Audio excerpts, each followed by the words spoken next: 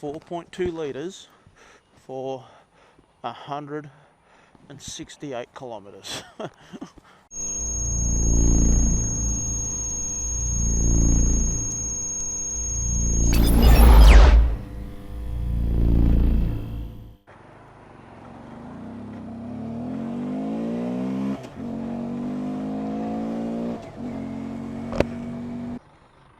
Big day for the mighty Grom. Off for the roadworthy inspection today. Can't really see any reason that it won't pass, but you never know. You never know. Luckily, I have somewhere right around the corner from my work that does motorcycle roadworthies.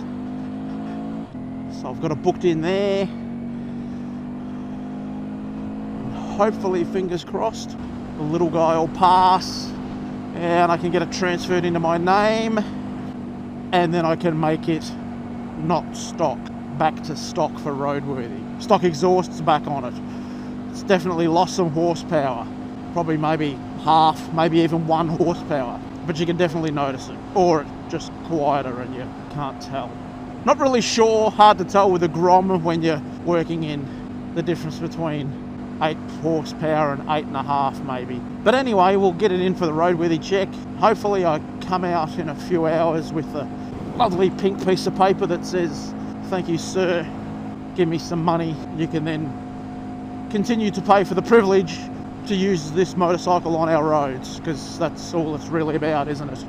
So yeah, anyway, roadworthies, depending where you are, warrant of fitness, MOT, whatever you want to call it.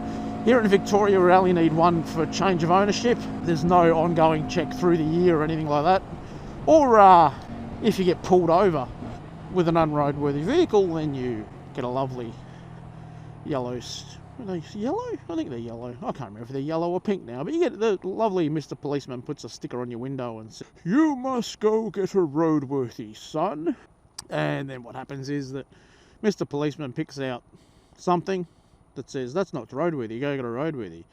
Then you go get a roadworthy check and they give you a list of about 100 things. But I haven't had that happen for a very, very long time. So I can't see any foreseeable reason that this little guy won't pass first go. So wish me luck.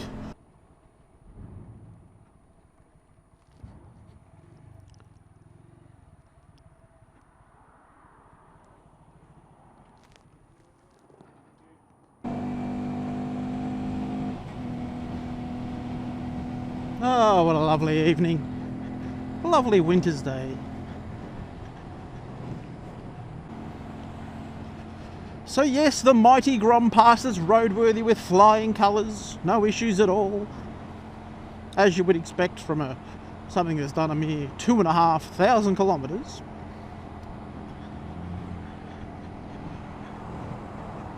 So yes, the little guy is now all transferred into my name. It's probably time to start to sort out some of the small issues that I feel that the old guy has. And how the fuck aren't you filtering? Filter, dickhead.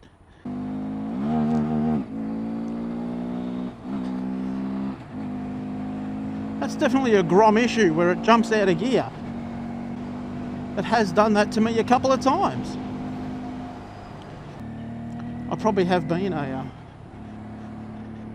little hard on the transmission, to be honest.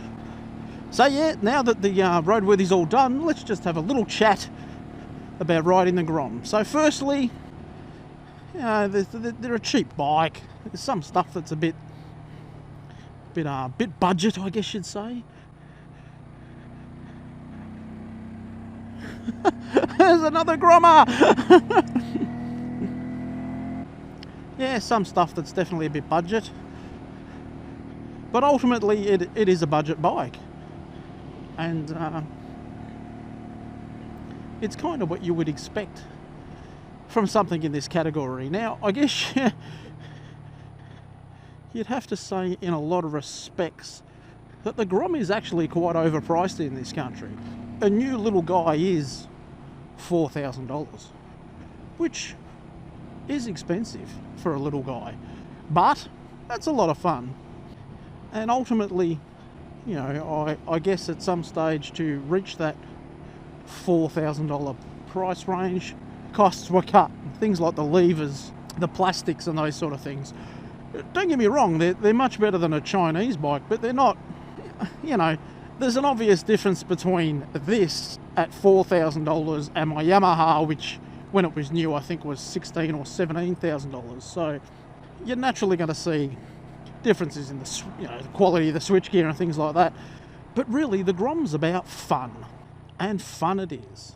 It's absolute hoot of it. And you know, there's certain things that you can get away with on a Grom that you just wouldn't get away with on something else. You just wouldn't. But yeah, you know, the fuel economy on this thing is just ridiculous. Like, you know, I did 170 kilometers and put 4.5 litres in it. So it's just, it just costs nothing to ride it. So I guess aside from that, there's a couple of things with it. The clutch is terrible. Yeah, the clutch feel, everything to do with it is just, it's just terrible.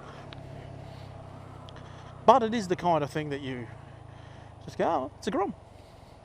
Character, yeah, that's character. Suspension's way too soft.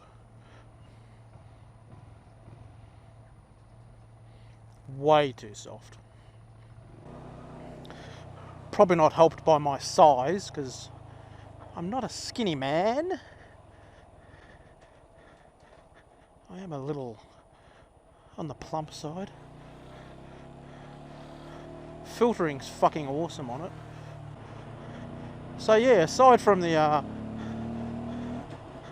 clutch, the terrible suspension, the lack of power on the highway is another issue, and the overall cheapness of the bike. It's without a doubt the most fun thing I've ever been on. The bike. Now, if you like what you've seen, over there is a subscribe button. Down there is a Patreon button, and down there is another video for you to watch. So click one of those. Woohoo!